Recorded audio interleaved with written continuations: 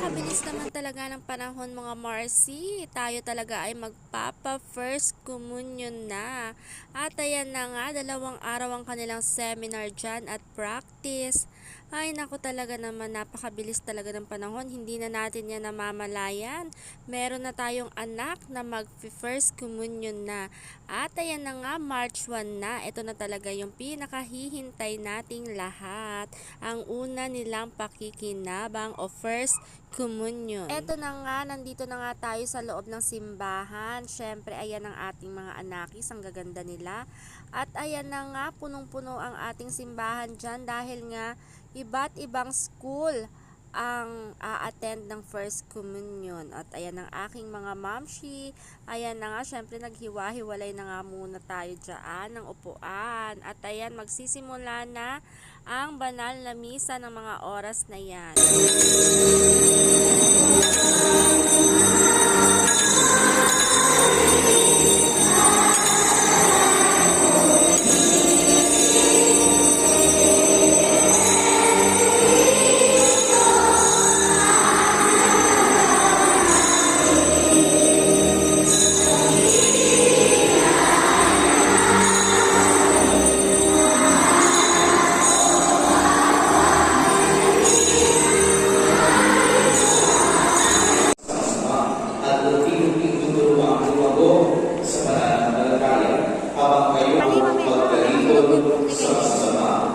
At pagkakas at malinaw. Hirap na tayo ulit ang buhay para sa ating kaligtasan.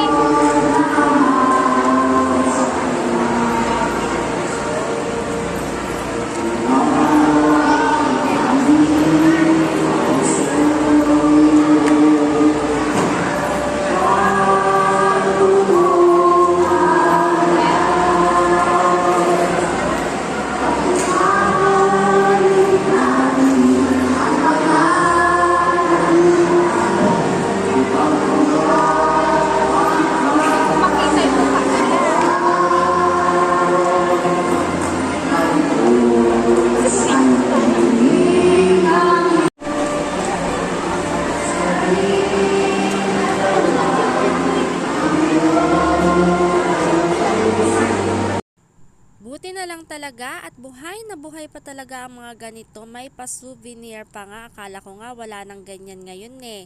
At ayan na nga, sa mga puntong iyan ay patapos na ang misa.